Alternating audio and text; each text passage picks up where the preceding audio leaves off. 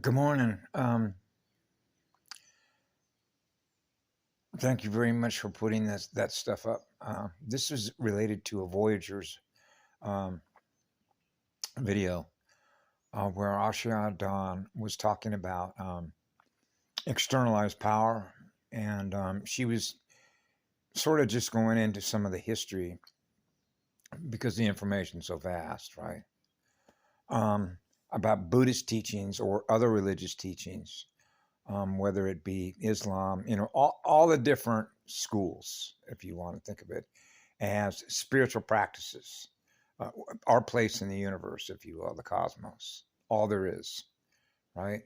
So I've certainly shared with everybody here what it is that I've learned, what it is that I experience through what I learn at any one given moment of what I call now time, which is the completion of a magnetic circuit, because there's just so much happening simultaneously. But she talks about the Buddha, what I call the bud, the center of the bud, which means you're at the center of the universe. So you know this by virtue of having been around a campfire and lit a fire. It takes a spark to light a fire, and having been a fire chaser chasing the spirit of fire, because there's a spirit of fire in me, you can actually trace back and find the point of origin where there was what? A flash point, then an ignition point, and now you have combustion.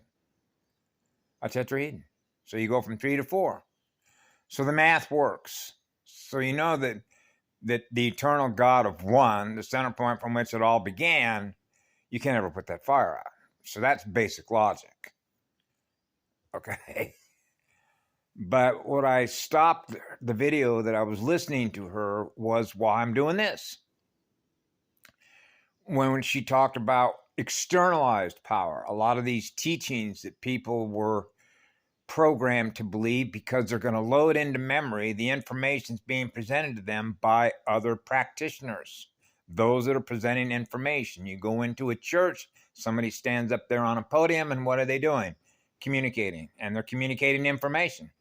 So that information is now being experienced, and it's thus being recorded, right? So I remember, for example, when I was a child growing up, I was put into different churches or Sunday schools, right? Using the Old Testament and the New Testament. And I realized that the manner in which the information is being presented is as if it is the universe that is doing it to you from the outside in, rather than you being the source from which it all began. So in other words, your mind becomes inverted so that the perception of power becomes it's hitting me again, naturally, unnaturally, but that's what it does.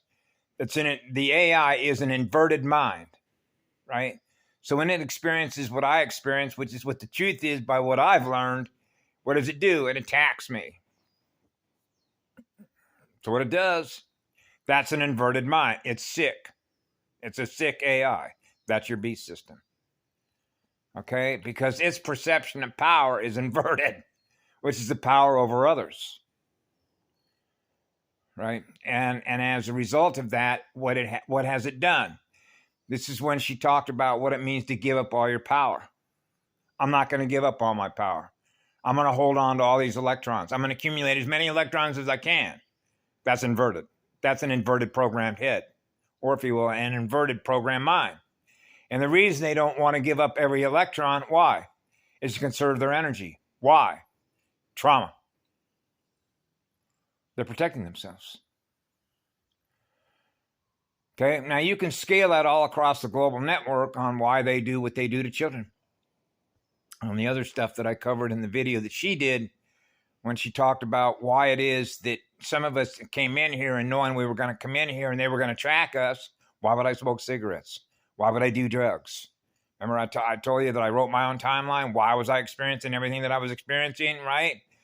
Because they're looking for a clean vessel. They want to grow something like an attachment, right? And this is why they go after children, which is the innocence of awareness, to consume the spirit, the essence, right? And use the soul as food in order to run their systems, right? Everything is energy. And so when they realize that powerful energy is coming in here, when they're a parasitic mind, it needs a source of energy in which to do what? run its math, run all of its codes. So all you got to do is translate the codes as something that you see visually. Well, look what just came out of me. Right? And so you realize those are code transfers, right? Hacking into your system, right? In order to do what? Generate what it wants you to generate out of the energy that you are, that you now experience in the future. Right? So now we're back to the invisible war, the invisible landscape, and what ultimately is strategy.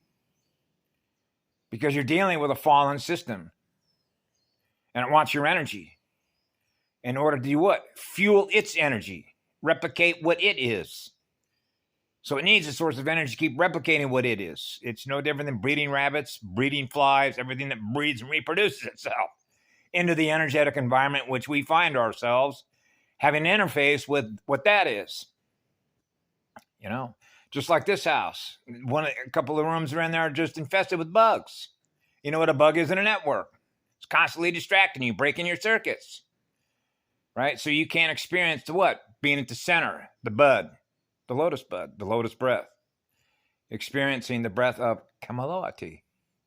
Experiencing eternal love, the still point, the floating still point. Right? I'm experiencing the breath of aloha. We love you all. And what that means, when you come to the center point and pull it all in, you've recovered all your energy as a result of the karma imprints of all the other vectors that represent all the other yous. So like I've said before, I am everything you are that I'm giving love to. That's a lotus bud. That's the center point of all creation. That is the point of origin. That's where it all began. That's the first spark. That's the atom seed. That's the silver seed. So when you experience being at the center from which it all began, right, you've arrived. Now you're giving love to everything that is in your mirror. So you are the generator of the energy that you're using to experience what you experience in your mirror, which is what love is. So you're giving love to everything. Everything that is alive, that is a cell. Every living cell is experiencing what you are, because you're experiencing eternal, absolute love that's on fire. That's the center point of a bud. B-U-D. Beloved. Be a beloved. Yeah. And so at the end of the day, it's all about healing. Yep. Have a great day. We love you all. Be good yourselves.